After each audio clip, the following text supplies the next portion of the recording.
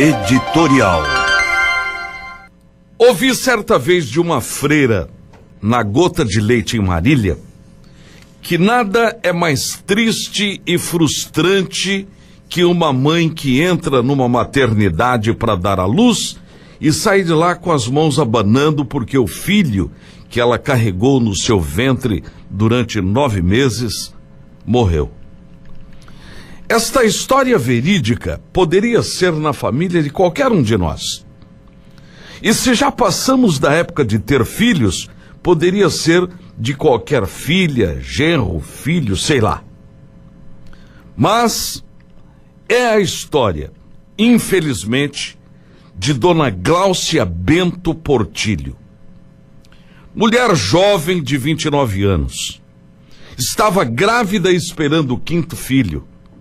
Já tinha tido 4 em partos normais, só que, desta vez, teve uma gravidez complicada porque havia adquirido diabetes gestacional, pressão alta e hepatite. 3 doenças gestacionais complicadas, especialmente para quem, como essa senhora, queria ter filho de parto normal, que é como dizem as mulheres, dói muito, mas passou a dor, o bebê nasceu, a vida rapidamente volta ao normal. Durante toda a gestação, a Dona Gláucia teve acompanhamento médico e os doutores sabiam que ela estava tendo uma gravidez de risco, por sinal, alto risco.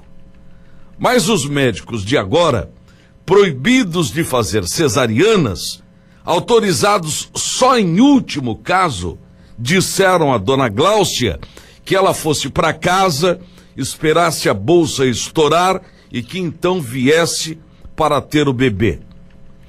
Quem não confia na palavra do médico? Ela já tinha sido acompanhada 9 meses. Confiava porque os médicos sabiam do seu estado gestacional. Tranquila, ela chegou a fazer o chá de fraldas, recebeu as amigas, ganhou presentes, fez fotos felizes e ficou só esperando a hora.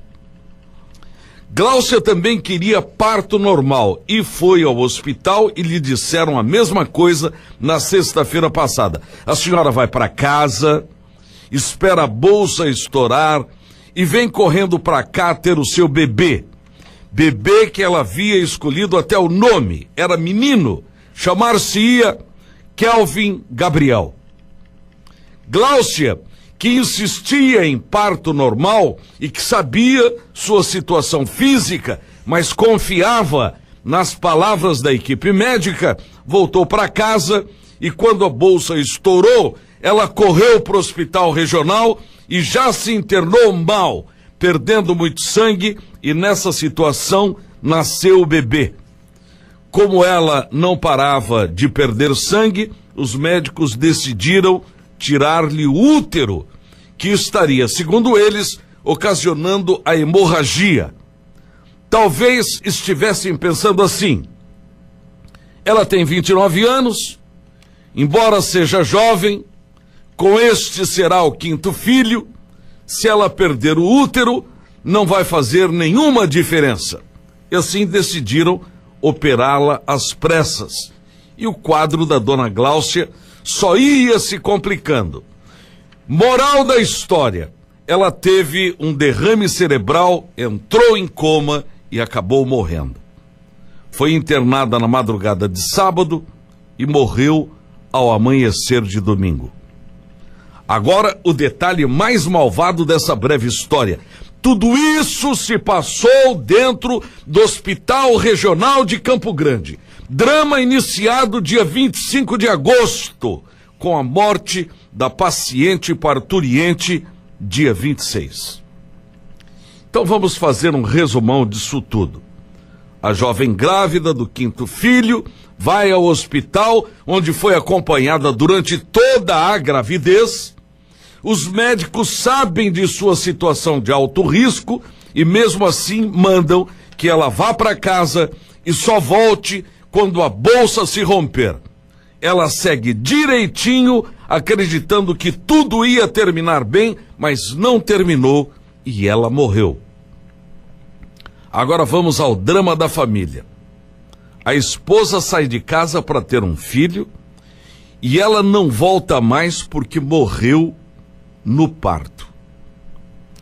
Eis um caso clássico de negligência médica.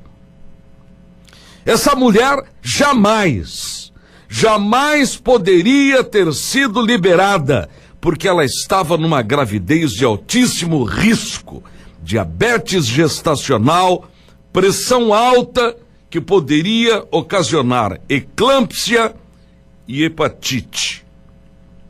Mas o fato é que essa mulher foi liberada e por causa da liberação, ela provavelmente acabou morrendo. Conversei ontem com vários médicos obstetras e todos foram unânimes. Não podiam tê-la liberado para ir para casa. O bebê estava por nascer e a gravidez era de altíssimo risco. Essa mulher deveria ter ficado internada, teriam que lhe fazer uma cesariana para que os riscos diminuíssem e ainda assim ela corria também risco de vida. A família ficou órfã, 4 filhinhos pequenos, o bebê Kelvin Gabriel órfão, sem conhecer a mãe, e internado numa UTI neonatal. Senhores, atentem para este drama. A mãe foi acompanhada por toda a gestação, estava com pressão alta, diabetes gestacional e hepatite. Os médicos acompanharam durante os 9 meses essa gravidez de alto risco, mas na hora H, quando deveriam ter tomado o máximo cuidado, deixaram que a mãe se fosse e o que restou foi o vazio, a tristeza, a falta da mãe e os filhos órfãos. Essa mulher, senhor secretário de saúde do governo de Mato Grosso do Sul, segundo a irmã dela, foi e voltou durante 3 semanas com os médicos monitorando a pressão e a glicose dela, que não baixavam. Mas mesmo assim, eles aconselharam a dona Gláucia para que ela fosse para casa e só voltasse quando a bolsa estourasse. E ela, confiando nos médicos, seguiu à risca aquilo que lhe haviam prescrito. E por seguir os conselhos dos médicos, essa pobre mulher morreu ao dar à luz. Eu pergunto, essa mãe, a dona Gláucia, merecia ou não ter um tratamento diferenciado? Ela precisava ou não de um olhar mais cuidadoso, mais caridoso, mais benevolente? Pelo prontuário dela, fica claro que estamos diante de um caso de negligência dos médicos do Hospital Regional de Campo Grande. Outro detalhe, esse hospital é de responsabilidade da Secretaria de Saúde do Governo do Estado. E sabem quem comanda e manda na tal Secretaria de Saúde Estadual? Ele mesmo, o seu Reinaldo Azambuja. Governador eleito pelos votos dados pelos campograndenses nas eleições de 3 anos atrás. O homem que prometeu construir 9 hospitais nesse estado, mas que não fez nenhum. Reformou alguns. E ontem recebeu a notícia de que o Hospital Regional de Ponta Porã amanheceu só com 30% funcionando, porque a Secretaria de Saúde do governo deve 5 milhões e não paga. A morte da dona Gláucia nos leva a 2 deduções: negligência médica e um governador que prometeu e não cumpriu as suas promessas para desafogar os sistemas de saúde. Não só isso. Ontem, até os examinadores do Detran não saíram para fazer exames nas cidades do nosso interior, porque desde fevereiro não recebem suas diárias e muitos deles já estão cansados de ficar penhorados em cidades porque não têm dinheiro para pagar o trabalho que fazem para o Detran, e a conversa é sempre a mesma. Dizem que o Detran está encontrando dificuldades de conversar com o Departamento Financeiro do Estado.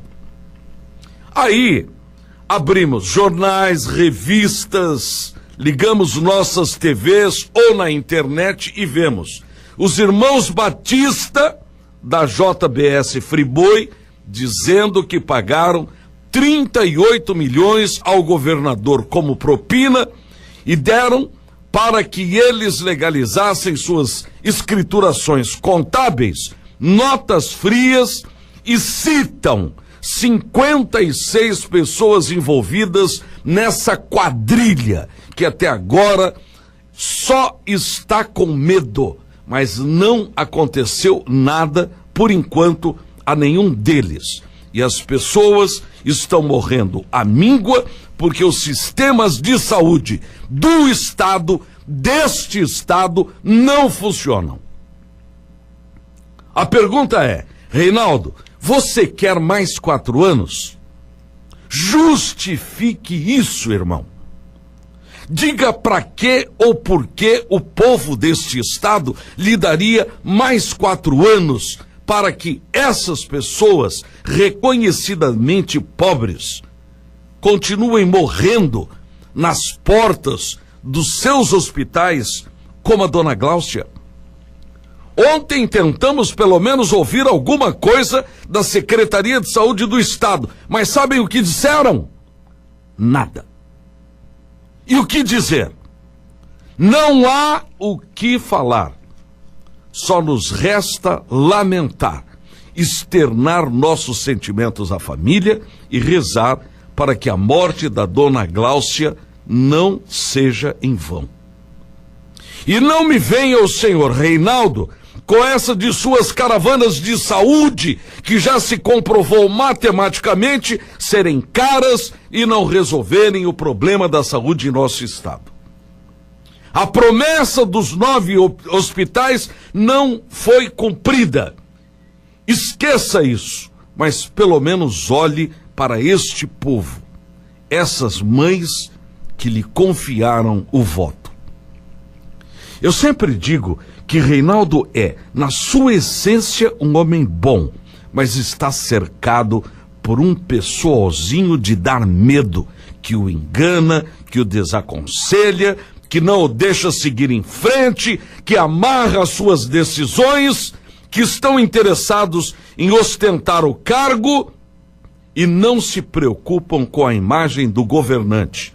E essa imagem está se desfazendo a cada dia e crescendo a pecha de governo sem criatividade, sem trabalho, sem obras, sem palavra, sem compromissos, sem uma assessoria competente, sem respeito ao povo e aos compromissos assumidos na base do fio do bigode junto aos eleitores desta capital e do interior. Estamos estagnados há quase 3 anos, sem obras, sem perspectivas, sem educação, sem estradas, sem saúde e sem salários. Pior, sem esperança de dias melhores.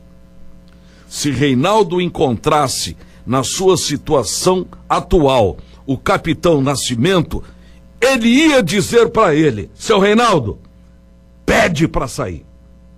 Bom dia.